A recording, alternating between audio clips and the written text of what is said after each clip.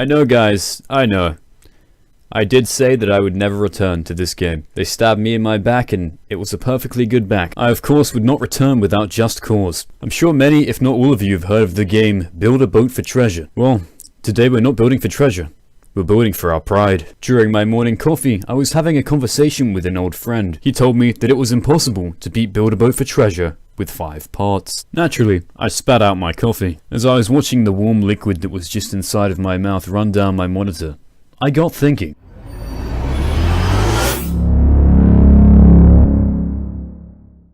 What can and what can I not do in order to complete this challenge? Game passes are off limits. Not that this would make much of a difference to the gameplay either way. All in-game buyable products with Roblox are off limits. The only thing that I can buy in-game is chests. Inside of these chests contains parts. You can use these parts to build your ship. Since we can only use 5 parts, we're going to go for quality over quantity. A part counts as one placeable object within my inventory. For example, this flagpole here is still a part even though it is made up of many bricks. An example of a 5-part ship could look something like this.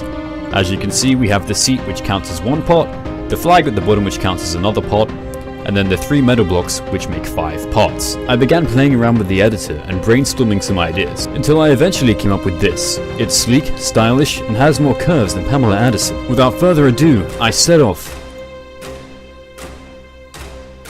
And it really didn't go as planned. Being the keen engineer I am, I quickly solved this problem, sailing through the first level with most of my ship still intact. The second stage proved harder, and I began losing pieces of my ship en masse. Soon I was left with nothing but a chair and a hatch. By opening and closing this hatch, I could begin to feel myself being able to steer my craft. After opening and closing my hatch one too many times, so to speak, it toppled me over and I died. Upon respawning, I realized this was going to be harder than I could have ever possibly imagined. My neighbor began showing off. This infuriated me to the point where I began slowly closing my eyes, wishing that he would run out of fuel, fall to the ground, and become something that I could spread on my toast. I designed a ship that couldn't stop rocking. This was unfortunate for my head, which soon became fish food. My seat ejected from my boat. I then discovered what it must have felt like to be on the Titanic. Someone began running towards me. He stopped suddenly and turned around. He introduced me to his friend who clearly had a disease, and I went back to building. I hit a shot that would have impressed Michael Jordan, scored an afterlife kill on a rock, and once again returned to building. I got stuck inside of a wall, used my head as a battering ram, watched my neighbors sail away with their ships that contained many a part, and began to realize that this challenge was surely impossible. Thank you for watching.